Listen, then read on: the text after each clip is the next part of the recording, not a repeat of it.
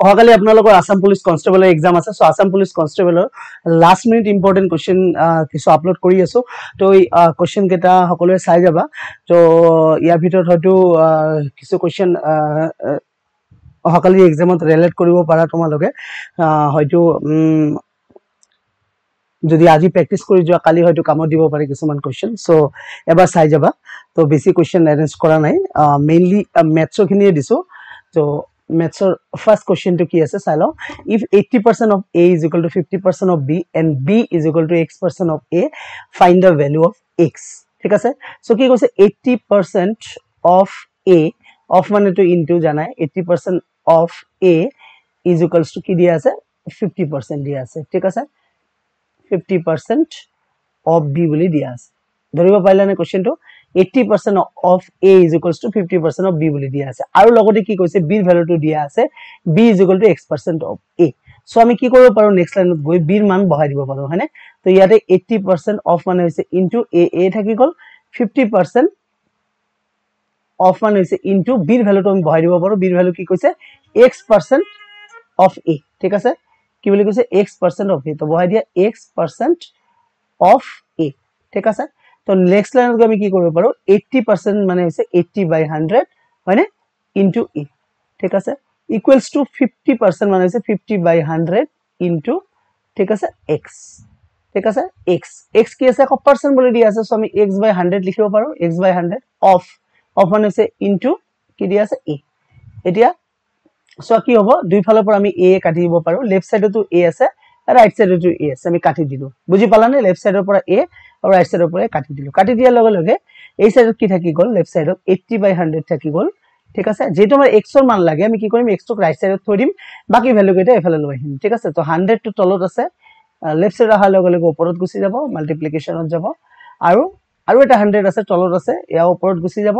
ঠিক আছে আৰু এই 50 টো সোৱা ৰাইট সাইডৰ 50 টো লেফট সাইডত আহিলে ক'ত যাব তলত আহি যাব হয়নে আৰু এফালে অনলি x থাকি গল ঠিক আছে এই 100 আৰু 100 কাটি দিব পাৰো এটা 50 দি কাটিলে 52 যা কিমান হয় 100 আৰু 80 দুই গুণ কিমান 160 তো x आंसर इज 160 क्लियर ঠিক আছে आंसर इज 160 তো এনেকুৱা প্ৰশ্ন আহিলে কৈ দিবা তো আসাম পুলিচ কনষ্টেবলৰ সেকেন্ড কোৱেশ্চন টো লৈছো model paper the average age of 5 boys is 60 years এটো হৈছে গড়ৰ প্ৰশ্ন কৈছে average age of 50 boys পাঁচজন লৰাৰ গড় বয়স হৈছে 16 বছৰ ঠিক আছে আৰু কি কৈছে out of which 4 boys is 16 years 3 months কৈছে যে এই পাঁচজন লৰাৰ ভিতৰ চাৰিজন লৰাৰ গড় বয়স হৈছে 16 বছৰ 3 মাহ find the age of fifth boy তেন্তে 5 নম্বৰ লৰাজনৰ বয়স উলিয়াব লাগে ঠিক আছে তো কেনে কৰিবা ফাৰ্স্ট চাই লবা যে average age of 5 boys is 16 যে পাঁচজন লৰাৰ গড় বয়স হৈছে 16 তো পাঁচজন লৰাৰ গড় বয়স যদি 16 হয় তেন্তে টোটাল এজ কিমান হ'ব মোট বয়স কিমান হ'ব এজনৰ বয়স হৈছে 16 বছৰ আৰু পাঁচজনৰ বয়স হৈছে কি হ'ব তেতিয়ালে পাঁচজনৰ বয়স 16 5 গুণ 80 বছৰ হয়নে 80 ইয়াৰ্স হ'ব নেক্সট কি কৈছে আউট অফ 4 বয়স ইয়াৰ ভিতৰত চাৰিজন লৰাৰ গড় বয়স কিমান 16 বছৰ 3 মাহ তেন্তে এই চাৰিজন লৰাৰ টোটাল এজ কিমান হ'ব এই চাৰিজন এয়া হৈছে পাঁচজন লৰাৰ ইয়াতে হ'ল চাৰিজন লৰাৰ কিমান হৈ যাব 4 দি ইনটু হ'ব হয়নে 4 দি কারেন্ট হ'ব 16 ইয়াৰ্স 3 মাহ 16 ইয়াৰ্স 3 মান্থ তো 16 ইয়ার্স 3 মান্থ কিমান হ'ব 16 4 গুণ হৈছে 64 হয়নে 16 4 গুণ কিমান 64 হল আৰু লগতে কি আছে 3 মাহ কৰি কিমান গুণ হ'ব 4 গুণ বুজি পালানে এই 16 বছৰ 3 মাহ মই এটা ব্ৰেকেটত লিখিব পাৰো ঠিক আছে তাৰ মানে এই 16 4 দি ইনটু হ'ব আকৌ এই 4 3 দি ইনটু হ'ব কিয়টো 16 বছৰক 4 দি ইনটু কৰিলে 64 হয় কিন্তু 3 মাহ তো থাকি গল এই 3 মাহ যদি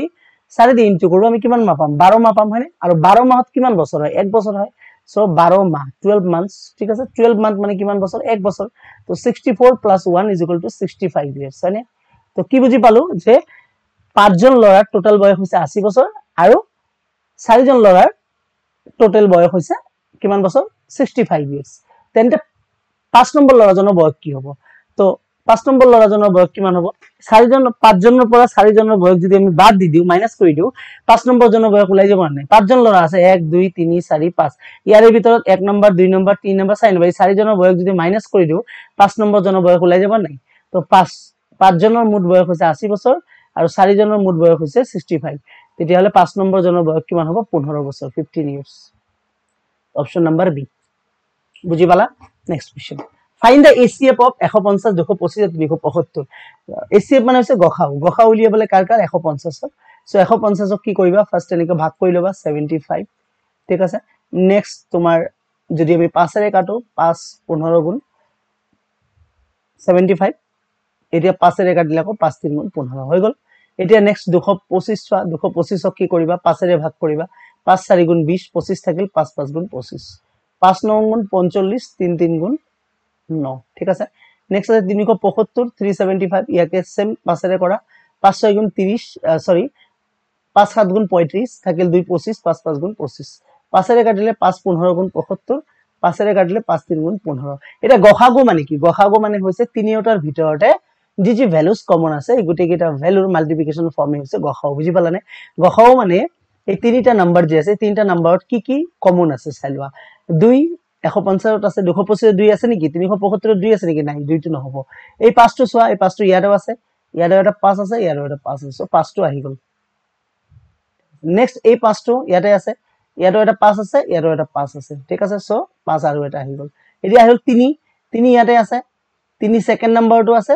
3 থাৰ্ড নাম্বাৰটো আছে ঠিক আছে 3 এটা আহি যাব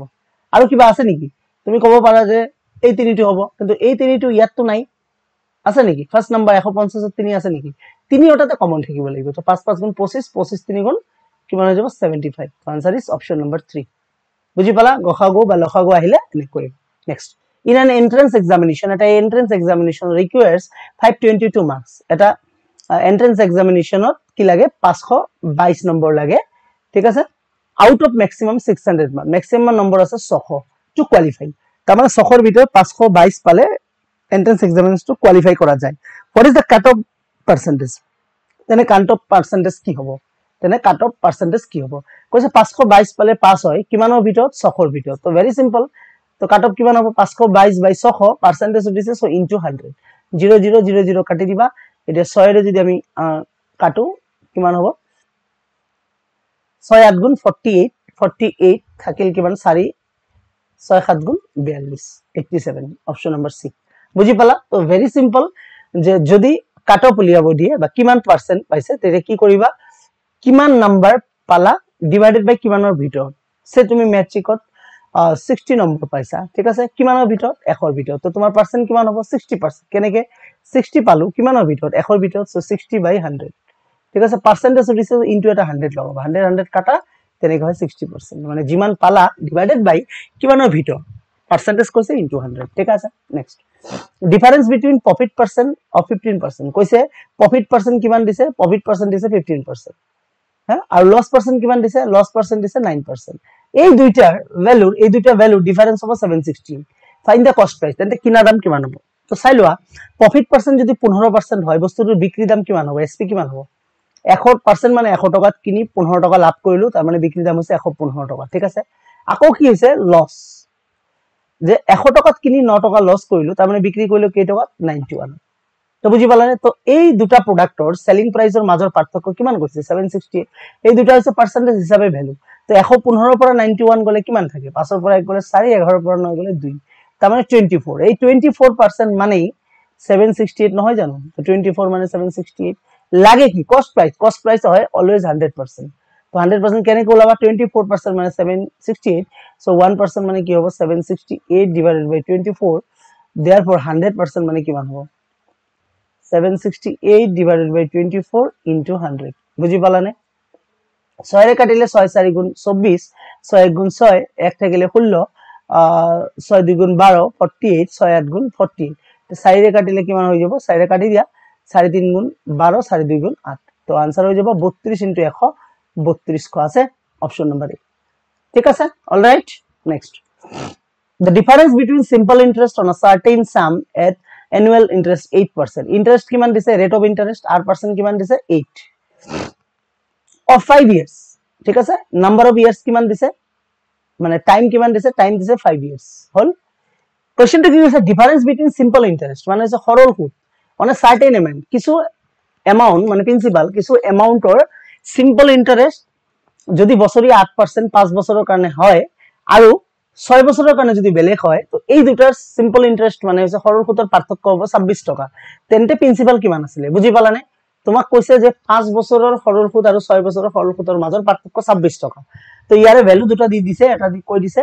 যে 8% ৰেট অফ ইন্টাৰেস্ট আৰু 5 বছৰ 6 বছৰ ঠিক আছে তো আমি এসআই এর ফর্মুলা জানো এসআই হৈছে কি PRT by 100 P into R into T divided by 100 P মানে হৈছে প্রিন্সিপাল P মানে হৈছে প্রিন্সিপাল মানে কিমান টকা তুমি লগালা ঠিক আছে কিমান টকা তোমাৰ হাতত আছে that is a principal R মানে হৈছে ৰেট অফ ইন্টাৰেস্ট মানে কিমান টকা সুদ কিমান পাৰ্সেন্ট সুদ আৰু T মানে হৈছে টাইম ঠিক আছে তো প্ৰথমতে আমি কি কৰিম 5 বছৰৰ সিম্পল ইন্টাৰেস্ট উলাই লম 5 বছৰৰ 6 বছৰৰ পাৰ্থক্য 26 টকা কৈছে 5 বছৰ টকা উলাই লম তো প্ৰিন্সিপাল দিয়া আছে নেকি নাই নহয় প্ৰিন্সিপালৰ জায়গাত P বহাই থৈ দিম ৰেট অফ ইন্টাৰেস্ট কিমান 8 আৰু টাইম কিমান 5 বছৰ ডিভাইডেড বাই 100 কাটাকাটি কৰা 5 দি কাটিলে 20 বার যাব নহয় জানো এটা 4 রে কাটিলে 4 2 গুণ 8 4 5 গুণ 20 তো হৈ যাব কি টুৱাইস P ডিভাইডেড বাই 5 হল এটা নেক্সট 6 বছৰটো উলাই ল 6 বছৰটো কি হ'ব 6 বছৰৰ এসআই কি হ'ব PRT by 100 P এ থাকি যাব আর কিমান হ'ব 8 T হৈছে 6 ডিভাইডেড বাই 100 ঠিক আছে এটা কাটা 2 এর যদি কাটো 3 2 এর কাটিলে 50 ঠিক আছে তাৰ পিছত 2 এৰ কাটিলে 4 2 এৰ কাটিলে 25 তো উপৰত হৈ যাব কিমান 4 3 গুণ 12 P ডিভাইডেড বাই 25 তো এতিয়া সোয়া এই এসআই টো হৈছে 6 বছৰৰ আৰু এই এসআই টো হৈছে 5 বছৰৰ তো এই দুইটাৰ এসআই এৰ মাজৰ পাৰ্থক্য কিমান দিছে 26 টকা বুলি কৈছে তো আমি এনেকে লিখিব পাৰো according to question 12P by 25 minus twice P divided by 5 is equal to কিমান হ'ব 26 হ'ব yes or no তো এটা 25 আৰু 5 ৰ লসাগু কিমান হ'ব 25 এ হ'ব ওপৰত 12P থাকি গল এটা 5 5 গুণ কিমান 25 তো 5 2 গুণ 10P is equal to 26 নহয় জানো এটা 12P ৰ পৰা 10P গলে কিমান থাকে twice P আৰু এই 25 টো এফালে গলে কি হ'ব মাল্টিপ্লিকেশন হ'ব 26 * 25 তো ইয়াতে কৰো नेक्स्ट लाइन আমার লাগে কি p এর ভ্যালু লাগে তো p = 26 * 25 ডিভাইডেড বাই 2 তো 2 এর কাটা 13 2 গুণ 26 তো 25 ক 13 25 * 13 কিমান হবে 250 আর 75 325 325 তো প্রিন্সিপাল ওলাব দিছে হোয়াট ইজ দা সাম মানে হচ্ছে প্রিন্সিপাল তো 325 answer is 325 option number B তো বুঝি না পালে আর এবার চাই লবা ঠিক আছে ইম্পর্টেন্ট কোশ্চেন হয় নেক্সট √3n তো কি দিছে √3 to the power n is equal to 81 n or মান উলিয়াবলে কেনে উলিয়াবা n or মান উলিয়াবলে ৰুট ওভাৰ টু জেনেকে হক তোমাক ভ্যানিশ কৰিব লাগিব তো ভ্যানিশ কেনেকে কৰিবা ঠিক আছে সোয়া √3 to the power n লিখিলো ইয়াতে এই 81 টু 3 বেস বনাইলো 3 বেস যদি নবনাও আমি n or মান উলিয়াব নোৱাৰি মনত ৰাখিবা ইয়াতে যদি ভ্যালু ডিফাৰেন্ট দিয়া থাকে ঠিক আছে বেস আৰু পাৱাৰ সকলে বুজি পাও সে মই 2 to the power 5 লিখিলো এটো বেস বুলি কোৱা হয় আৰ উপৰটো পাওয়াৰ বুলি কোৱা হয় অলওয়েজ মনত ৰাখিবা বেস পাওয়াৰৰ কোশ্চেনত সদায় বেস দুটা সমান কৰিবা ইয়া 3 আছে 81 আছে তো বেসৰ ওপৰত যাৰ পাওয়ার দিয়া আছে সেই বেসটো এফালে বনাই লবা তো 81 ক বেস কেনেকে বনাম সো 3 দি ডিভাইড কৰিলে বেস ওলাই যাব 27 3 9 গুণ 27 3 3 গুণ 9 তো 3 কেটা হল এটা দুটা তিনটা চাৰিটা তো 81 মানে 3 to the power 4 লিখা যায় এটা সোয়া দুনিয়া হৈ যাব এটা দুই ফালে যদি মই স্কয়ার কৰি দিও এই ৰুট ওভাৰটো আউট হৈ যাব তাৰ মানে √3 to the power n আছে এফালে স্কয়াৰ কৰি দিলো আৰ 3 to the power 4 আছে এফালে এটা স্কয়াৰ কৰি দিব তো দুই ফালে স্কয়াৰ কৰাৰ লগে লগে আমাৰ কোনো প্ৰবলেম নাই এই ৰুট ওভাৰ আৰু স্কয়ার কাটা গৈ থাকিব only 3 to the power n আর এফালে থাকি গল 3 পাওয়ারে পাওয়ারে অলওয়েজ গুণ হয় মাল্টিপ্লিকেশন 4 2 গুণ 8 এটা বেস দুটা যদি সমান থাকে মনত ৰাখিবা পাওয়ারও সমান হৈ যায় বেস 3 3 আছে না পাওয়ার সমান হৈ যাব so n = 8 option number A ঠিক আছে next 1 plus 0.6 plus 0.06 plus 0.006 0.00 question mark answer side option दिया আছে কেনে কৰিবা 1 এর লগত কি যোগ হ'ব 0.6 তো 0.6 কেনেকে যোগ হ'ব 0.6 তাৰ পিছৰটো কি 0.06 নেক্সট টু কি 0.006 সো তুমি এইকেটা জাস্ট যোগ কৰিছোৱা 6 6 6 1 ঠিক আছে ইয়াৰ পিছৰ ভ্যালু কেটা যোগ কৰিলে তুমি এনেকৈ পাবা 1.666666 না গৈ থাকিব 1 + 666 গৈ থাকিব কিন্তু অপশনটো এনেকৈ দিয়া নাই অপশন দিছে মিক্স ফ্র্যাকশন আৰু হোল নাম্বার হিচাপে তো কেনেকৈ উলিয়াবা 1.66 মানে কি 1.6 বার ঠিক আছে 6 টো যেহেতু বারে বারে গৈ আছে সো ইয়া কোৱা হয় 1.6 বাৰ তো 1.6 বাৰক ভাগ কৰিলে 1 + 6 বার 6 এর উপর যদি এটা বার আছে তো হৈ যাব 6/9 তো বুজি পালানে যদি এটা বার থাকে তো 6 বার যদি দুটা নাম্বাৰৰ ওপৰত বার থাকিলে সো দুটা 9 হবে যদি এটা ডিজিটের উপর বার আছে সো এটা 9 হবে 1 + 6/9 এটা 2 দি কাটিলে 2 3 গুণ 6 2 দি নয় সরি 3 দি কাটিলে 3 2 গুণ 6 3 3 গুণ 9 তো आंसर হৈ যাব 1 + 2/3 1 + 2/3 মানে হইছে 1 2/3 তো আছে নি অপশন 1 2/3 অপশন নাম্বার বি ঠিক আছে all right next what is when 50% of a number 50% of a number is added with 50 কইছে যেতিয়া 50% of a number এটা সংখ্যাৰ 50% ৰ লগত 50 যোগ কৰা হ'ব তেতিয়া সেই নাম্বাৰটো পোৱা যাব আমি নাম্বাৰটো জানো নেকি নাম্বাৰটো আমি ধৰি ললো x কইছে 50% of a number এটা নাম্বাৰৰ 50% লিখি লোৱা সো 50% of a number তাৰ মানে 50% ইনটু কি হ'ব x 50% of a number is added যোগ কৰা হল কিমান 50 কৰিলে এই নাম্বাৰটো পাম এই নাম্বাৰটো কিমান ধৰিছিলো x হৈ গল তো x ৰ মান উলিয়াব লাগে সো 50/100 ঠিক আছে into x plus 50 is equal to x ঠিক আছে এটা কি করা যায় এটা অলপ কাটাকাটি কইলো 0 0 কাটা 5 1 গুণ 5 5 2 গুণ 10 তো উপৰত হৈ গল x তলত হল 2 plus 50 is equals to x এটা লসাগু করা লসাগু করলে হবে 2 থাকিল x 50 2 গুণ কিমান 100 is equal to x next লাইনত গৈ কি হ'ব নেক্সট লাইনত গলে কি হ'ব x 100 থাকি গল ঠিক আছে আর এই 2 2 এফালে গলে কি হবে 2x yes or no তো নেক্সট লাইনত গলে 2x - x is equals to 100 2x এর পর x গলে x ইজ ইকুয়ালস টু 100 আছে অপশন নাম্বার 4 ঠিক আছে বুঝি পালানে বুঝি না পালে আর এবার রিপিট চাই লবা next what percent of 3.6 kg is 72 gram কইছে what percent আমি জানো নাকি what percent মানে x percent of 3.6 kg is equal to কিমান গ্রাম 72 গ্রাম হইছে তো কি লাগে x এর মান উলিয়াব লাগে what percent তো x/100 into 3.6 is equals to 72 right তো নেক্সট মোর x লাগে x2 এনেকে থই দিলু বাকি সব ভ্যালু এফাল লই যাম 72 আছে এই 100 টু কি আছে তলত আছে যাব কত উপৰত 3.6 টু কত আছে তলত আছে উপৰত আছে যাব কত তলত রাইট নেক্সট লাইনত x is equals to কি হৈ যাব 72 into 100 ঠিক আছে এই 3.6 ৰ পয়েন্ট যদি উঠাই দিও উপৰত যেটো এক ঘৰ আগত পয়েন্ট আছে এটা 10 হ'ব yes or no তো 36 2 গুণ 72 তো 2 এর পিছত কেইটা শূন্য আছে 2 এর পিছত কেইটা শূন্য আছে ঠিক আছে 2 এর পিছত আছে কেইটা শূন্য তিনিটা শূন্য আছে ঠিক আছে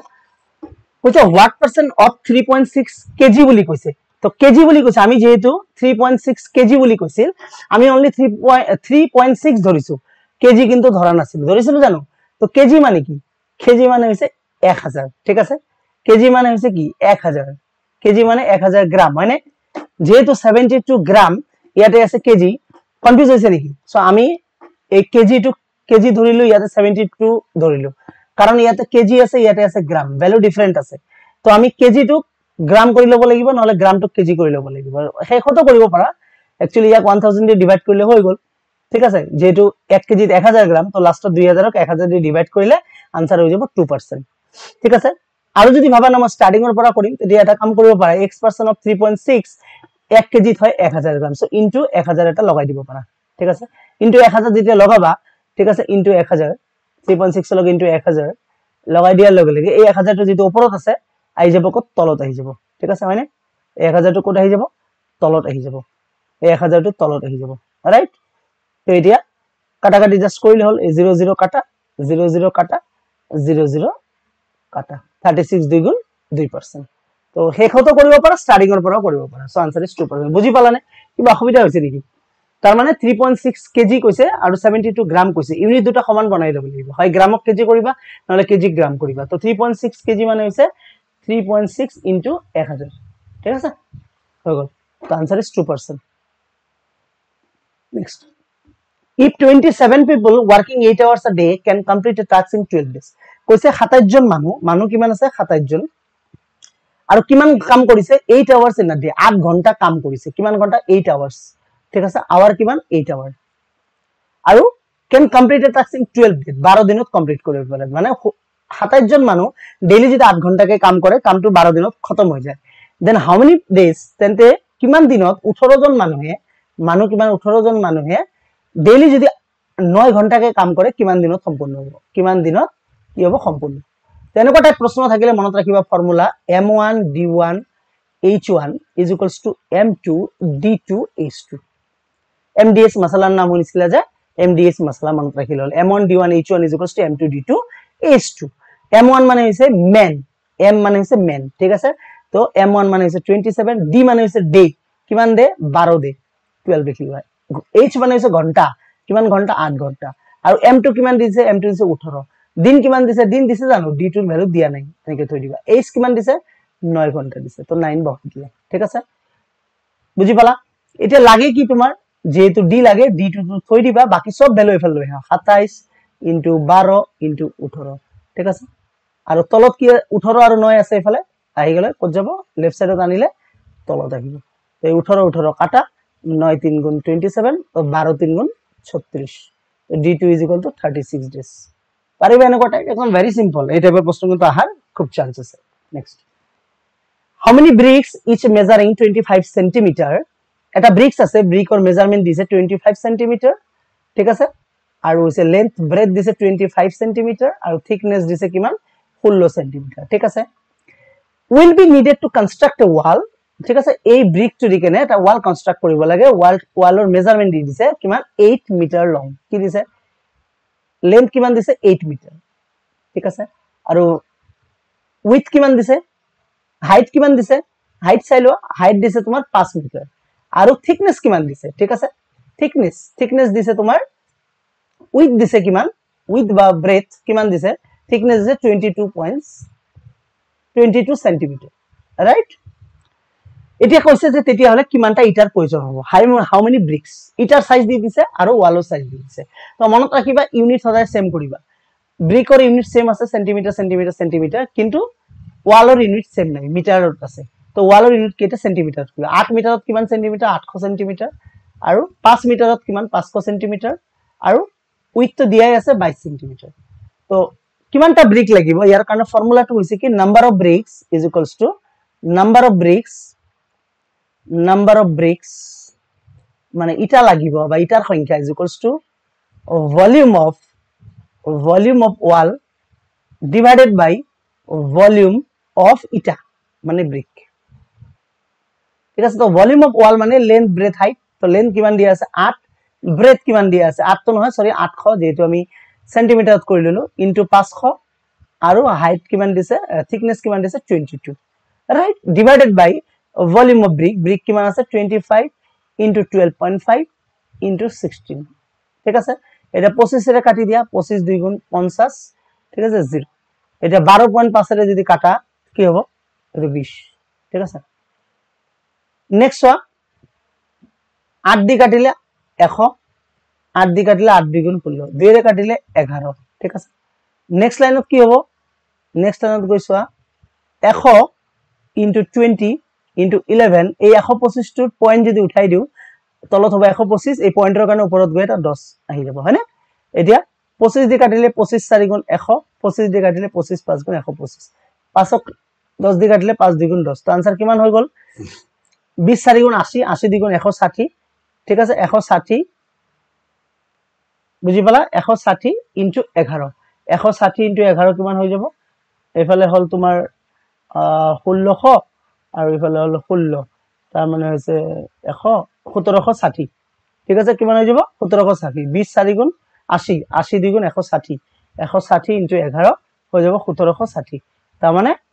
1760 টা ইটা লাগিব এই ওয়ালটো বনাতে ঠিক আছে বুজি পালা তো very simple volume of wall divided by volume of brick volume মানে লেন্থ ব্রেথ হাইট আৰু ভলিউম অফ ব্ৰিক মানে সেম লেন্থ ব্ৰেথ হাইট খালি মনত ৰাখিবা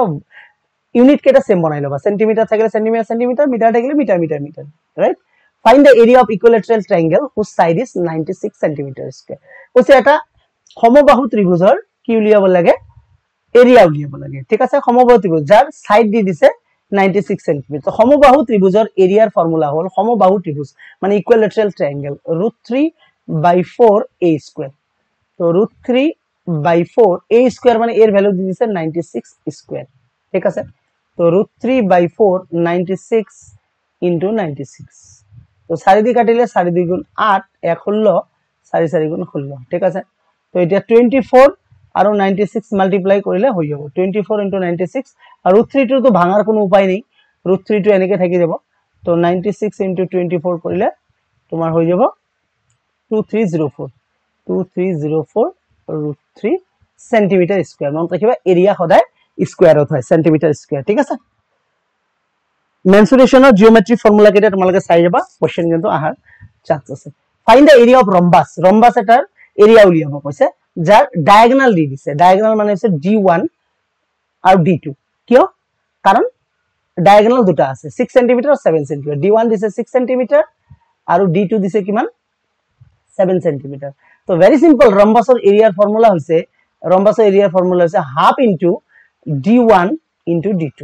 ঠিক আছে so half into D1 মানে হৈছে 6 D2 মানে হৈছে 7 ঠিক আছে তো 2 দি কাটিলে 2 3 গুণ 6 7 3 গুণ 21 একদম ইজি 21 cm দিছে না yes centimeter square yes তো এনেকা প্রশ্ন আইলে কিন্তু পরীক্ষা কৰি দিবা তোমালোকে ঠিক আছে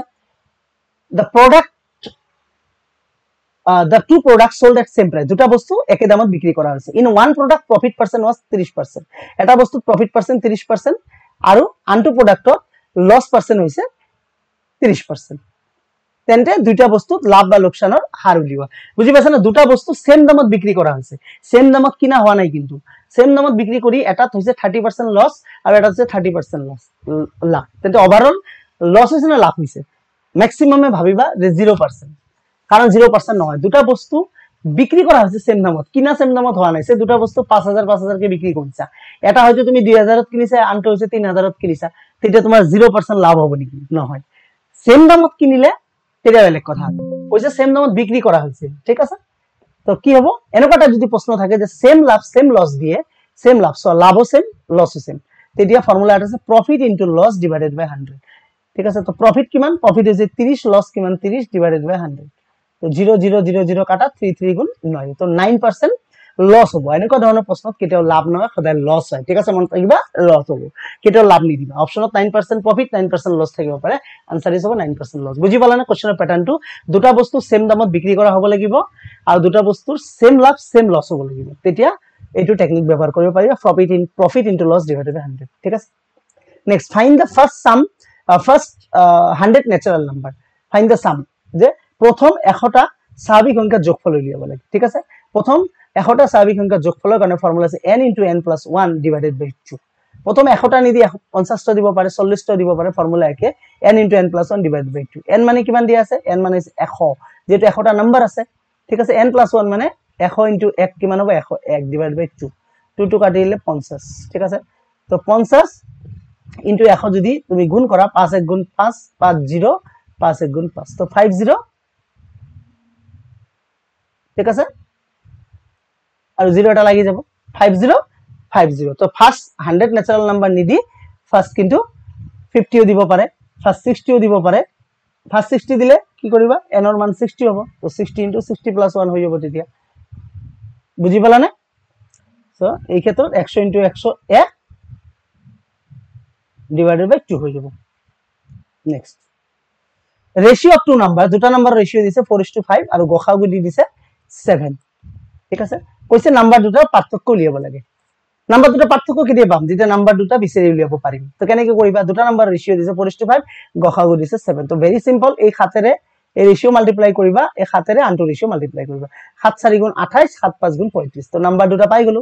ঠিক আছে এটা নাম্বার আছে 28 আনটো নাম্বার আছে 35 এই দুটা বিয়োগফল কৰিলে কিমান হ'ব 28 ৰ পৰা 35 ৰ পৰা 28 গলে ভেরি সিম্পল 7 আনসার ইজ 7 তো গসাগু দি এনেকা প্রশ্ন থাকিলে গসাগু দি জাস্ট রেশিও দুটা মাল্টিপ্লাই কৰি দিবা নাম্বাৰ দুটা উলিয়াব দিলে 28 আৰু 35 যদি কয় যোগফল তে 35 আৰু 28 যোগ কৰিবা বিয়োগফল কলে বিয়োগ কৰিবা যি লাগে কৰিবা তো ইম্পৰ্টেন্ট কোশ্চেন একেটা লৈছিলো কালি আসাম পুলিচৰ কনস্টেবলৰ কাৰণে তোমালোকে ৰিপিট এবাৰ চাই লবা যদি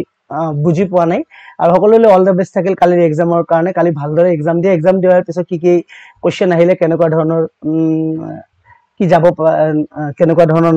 নাম্বাৰ ক্যাৰি কৰিব পাৰা কালি আমি ডিসকাস কৰিম ভিডিওত কোনোবা নতুন থাকিলে চেনেলটো সাবস্ক্ৰাইব কৰি ৰাখিবা ঠিক আছে আসাম পুলিচ ৰিলেটেড আৰু নিউজ আৰু নিউ ভিডিওস পাবলৈ তো থ্যাংক ইউ সো মাচ